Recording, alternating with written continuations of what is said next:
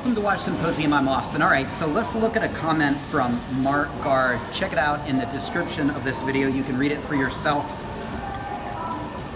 Let me read it and then I'll respond.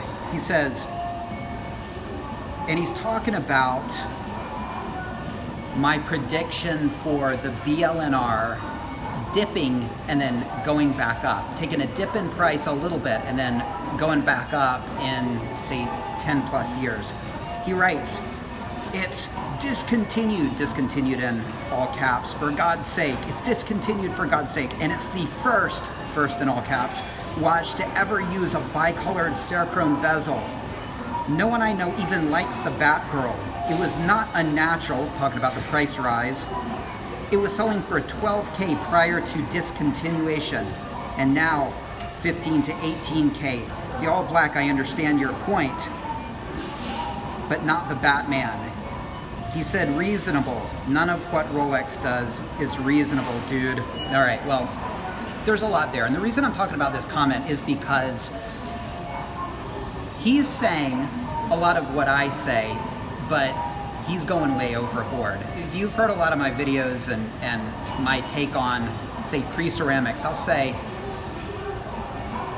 they're only going up. I'm talking a 16710 GMT pre-ceramic, for instance.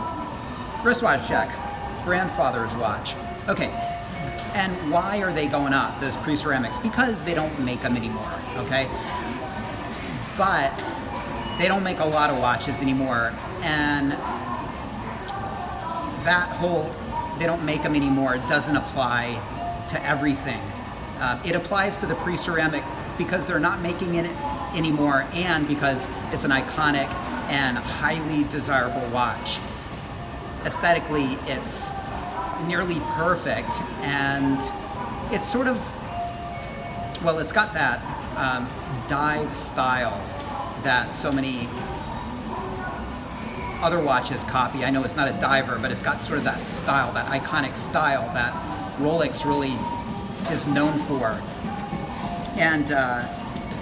And so I sympathize with this point of view, but again, I think he's going overboard. Let me sort of take it point by point. He says, it's discontinued for God's sake. Yes, okay, it is discontinued, and that does have an effect on the price, and you could see, well, at least with the all black, it went up a bit. He says, and here's where I think he really goes off the rails. He says, and it's the first watch to ever use a bicolored Cerachrom bezel. That's it, that's right there where he goes off the mark. So he's saying it's the first to do something. All right, often it's not so much about the first, but it's about the last when they discontinue a model. But think about that for a second. I mean, it's sort of like, you know, the sub, the 114060 is a collector's item because it's the first Cerachrom bezel, and then the all black GMT ceramic is the first Cerachrom GMT, and then the new Pepsi was the first Cerachrom on a Jubilee, and then the BLNR is the first bicolored. I mean, look, there's firsts for every damn thing out there, all right? And that's not a good marker as to what's gonna become iconic and collectible, all right? And this is what I wanna talk about, all right?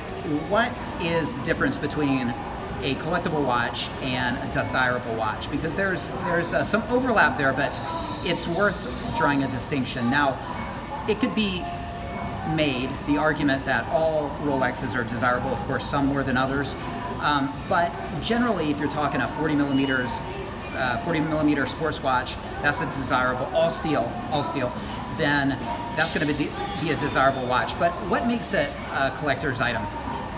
Well, usually short runs and anomalies. I'll give you an example. The 1655, that was like the first Explorer 2. It was a bomb, nobody liked it. There weren't a lot out there, not a lot sold, and so they're kind of hard to come by. The rarity makes it collectible. The Milgauss, the first Milgauss, some of those early Milgausses, they were they were bombs and they didn't sell, and the rarity makes them collectible. The first subs, those early subs, they're not allowed out there, makes them collectible. The Fat 4 on the Kermit, a rarity, an anomaly, not allowed out there, makes it collectible. The 16710 M and early Z serials with the 3186 movement, not allowed out there, okay, makes it collectible. They're very rare. Oh, the stick dials on GMTs, that's another, okay, I've got the underlying dials on some GMTs.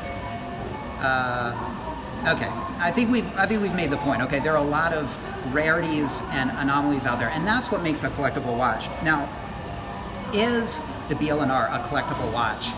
Well, according to him, it is because of these firsts. Okay, again, all new models will have some first you can claim is going to make it a collector's item. That's not the case. It is not ever going to be a collector's item, but it will always be desirable. And that's the distinction, collectability versus desirability. And it will always be desirable, and that is why the BLNR will never tank, okay? Everybody wants one. Well, not everybody, but many people want one.